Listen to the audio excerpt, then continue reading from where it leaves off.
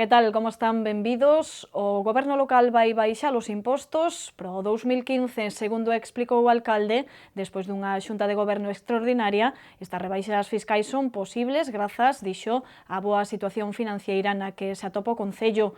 As medidas, entre outros, van afectar o IBI, o imposto de construccións e ao de plusvalías pola venda de inmobles. En menos de 100 días de xestión deste goberno temos adoptado a rebaixa fiscal máis importante dos derradeiros anos. Así anunciaba esta mañá o alcalde o plan de rebaixas fiscais que entrará en vigor o 1 de xaneiro. Agustín Hernández compareceu ante os medios xunto co concelleiro de Facenda Ramón Quiroga despois dunha reunión extraordinaria da Xunta de Goberno cun único punto na orde do día, a modificación das ordenanzas fiscais municipais. As medidas son, por unha parte, baixada de impostos, segundo, se conxelan todas as tasas municipais, se establecen novas bonificacións e se aumentan outras bonificacións que xa existían, pero que se aumentan considerablemente. Con estas novas medidas haberá unha baixada no imposto de bens inmobles, polo que o tipo impositivo pasa do 0,57 ao 0,54. Sobre o imposto de construcións, instalacións e obras, o tipo vixente pasa do 2% ao 1,9%, mentres que a redución do imposto de plusvalía pola venda de inmobles é do 26 ao 22%. O alcalde destacou que estas rebaixas fiscais son posibles grazas á boa situación financiera do Concello cun superávit de máis de 5 millóns de euros. Eso é consecuencia de que temos un superávit de máis de 5 millóns de euros, de que a débeda do Concello baixou dos 64 millóns en 2010 aos 48,6, diminuindo a carga financeira per cápita por habitante en casi 170 euros. Isto é froito do traballo e da xestión, lóxicamente, non como é evidente dos 3 meses que levamos no goberno, este goberno, sino froito da acción dos gobernos que tivemos nesta cidade dende o ano 2011.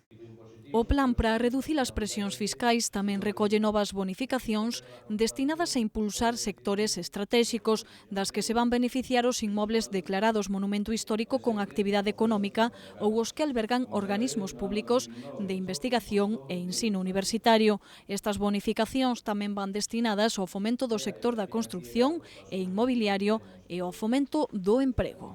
Creo que estamos a demostrar a nosa capacidade de xestión e tamén o noso compromiso coa cidade nun momento que, insisto, creo que é necesario que tamén os cidadáns poidan comprobar que os esforzos que tivemos que facer todos están na liña axeitada e están permitindo que poidamos adoptar este tipo de medidas. Segundo o alcalde, este plan vai permitir un aforro de 60 euros por cidadán e 100 euros por contribuinte. Ademais, recóllense varias medidas de carácter social que inclúen apoio ás rendas familiares e axudas ao rural e de carácter administrativo, facilitando o pagamento fraccionado do IBI cun novo calendario. Para quen teña o pago domiciliado, o imposto será cargado o último día do prazo voluntario. O alcalde tamén aclarou esta mañá que se está a levar a cabo a auditoría encargada polo Concello para coñecer o estado do alumeado público e que a Asociación de Pais e Nais do Instituto de Brión, no que estudiaba Ana Nieto, pide explicacións sobre o que pasou a noite no que esta rapaza falecía ao tocar unha farola nas festas do barrio de Guadalupe. O Concello de Santiago, dende o día, creo que foi 22 de setembro, o accidente terrible foi o 14, temos encargada a auditoría, unha auditoría que significa a valoración e a identificación de calquera incidencia que poida existir na nosa rede de suministro eléctrico pública. Estamos a falar de máis de 25.000 puntos de luz, ten os seus prazos, lóxicamente tamén decir que o Concello, dende o primeiro momento, estivo e estará a disposición do xulgado e das autoridades policiais para clarexar o que aconteceu. Ao respecto da AMPA, o único que teño é noticias a través dos medios de prensa. Seguimos, como xa saberán, unha auxiliar de enfermería galega, concretamente de Becerreá, e traballadora no Hospital Madrileño Carlos III, e a primeira contaxiada de ébola en España e en Europa. Hoxe saímos á rúa para coñecer a opinión dos composteláns sobre esta enfermidade. Creo que hai bastante desinformación. Non sei, como sempre a xente sin darse conta da súa ignorancia empeza a facer xuizos infundados e ademais a basarse en prexuizos, entón iso eu creo que fai máis mal que ben, porque aumenta a alarma social que non é bo en absoluto. Supongo que se está extendiendo el mítico pánico de una noticia que pega mucho. Nos estamos preocupando eso en exceso, pero realmente sabemos lo que es o de dónde viene, o porque yo creo que nos tendríamos que centrar en eso. Es que no veo ninguna preocupación actualmente lo suficientemente grave como para tomar precaución.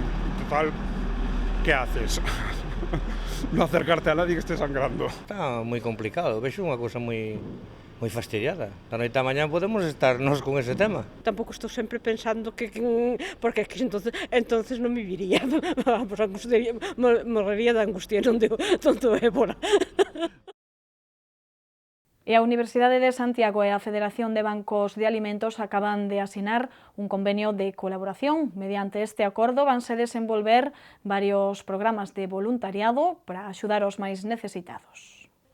Nestes momentos en España hai 55 bancos de alimentos en activo e 4 deles desenvolven a súa labor solidaria en Galicia.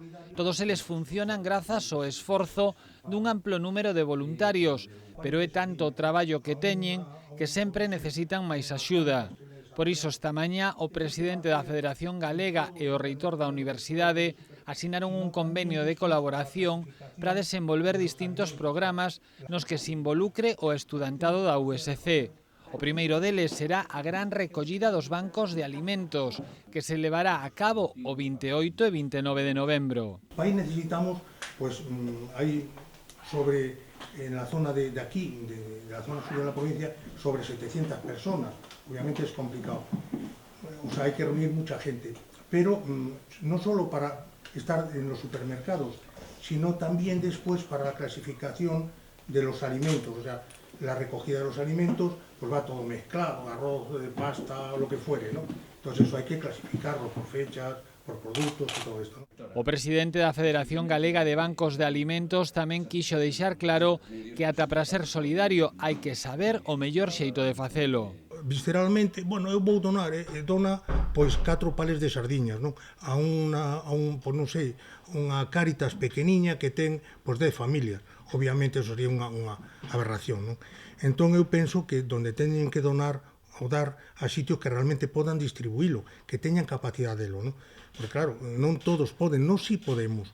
Se vostede non pertence á universidade, pero quere colaborar como voluntario na gran recollida de alimentos do mes de novembro, pode facelo a través do mail voluntariado@fegaban.es.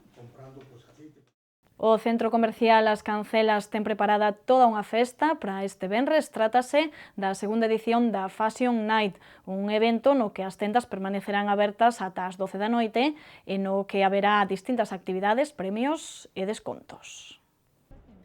Tralo éxito da primeira edición, o centro comercial As Cancelas volta coa súa Fashion Night, unha noite dedicada ás compras con moitas sorpresas e actividades. A cita será este venres entre as 8 da tarde e as 12 da noite, polo que os establecementos abrirán ata máis tarde do habitual. Toda unha oportunidade para aproveitar os descontos e os premios. La verdad es que para mí pues es una satisfacción muy grande porque desde el principio apostamos por institucionalizar los eventos que hemos desarrollado a lo largo del año. Tuvimos la buena experiencia del año pasado en la cual pues fue un éxito tanto para el comerciante como para el cliente, y este año pues nos ha animado pues para trabajar en la misma dirección y para que podamos disfrutar desta segunda Fashion Night. A presentación da Fashion Night, que tivo lugar esta mañá no mesmo centro comercial, acudiu a concelleira de Comercio Reyes Leis, que se mostrou moi satisfeita con este tipo de iniciativas que contribúen, dixo, a dinamizar a cidade. La verdad es que para nosotros, yo como concejala de comercio, encantada de que haya dinamización y que los propios comerciantes generen actividades que ayuden a que nuestra ciudad sea una referente en las compras, ya no solo para la ciudad, sino para toda la comarca y toda Galicia, ¿no? Con lo cual, pues un evento como la segunda Fashion Night, teniendo en cuenta ya el éxito que ha tenido la primera, me parece una gran idea. Na Fashion Night repartiránse 300 pulseiras coas que se poderá optar a un premio. Hai 6.000 euros a repartir para gastar nesa mesma noite. Para conseguilas hai que dispor da tarxeta de fidelización que se pode facer nun momento no propio centro comercial. As distintas tendas ofrecerán entre as 8 e as 12 da noite descontos de entre o 20 e o 70%. Ademais, haberá degustacións, actuacións musicais e de maxia. Ir de compras é unha das actividades que lle gusta facer a moitas persoas no seu tempo de lecer, pero velaí teñen outras opcións, aí teñen a nosa axenda cultural.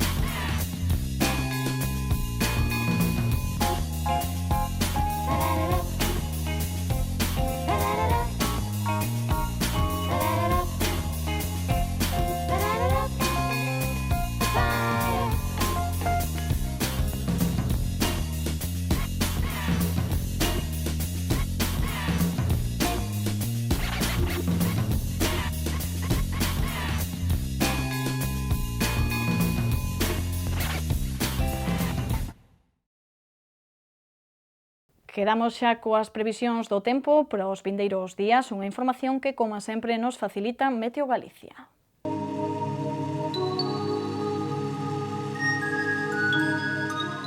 Pedras de Santiago ofrécelle a información do tempo.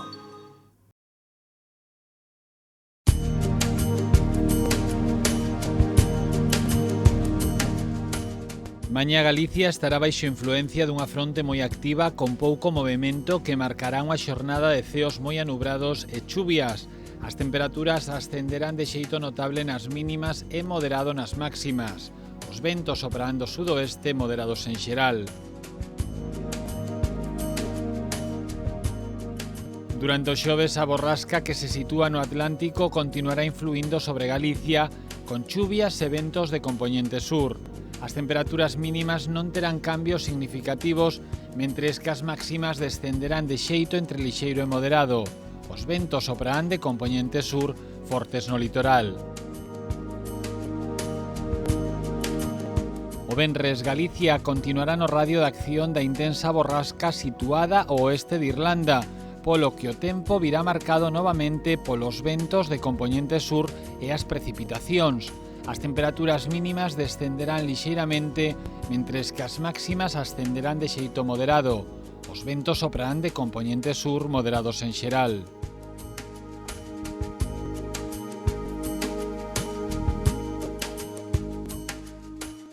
Mañá en Santiago teremos ceos anubrados e chuvias durante toda a xornada que serán máis fortes pola mañá. As temperaturas oscilarán entre os 15 e os 17 graus e os ventos soprarán do sudoeste con carácter moderado. O xoves volveremos ter ceos anubrados e chuvias que remitirán pola tarde. As temperaturas non sufrirán cambios e os ventos soprarán do sur moderados. Pro venres agárdanse chuvias a partir da tarde e ceos anubrados. As temperaturas ascenderán lixeiramente e os ventos soprarán do sur con carácter moderado.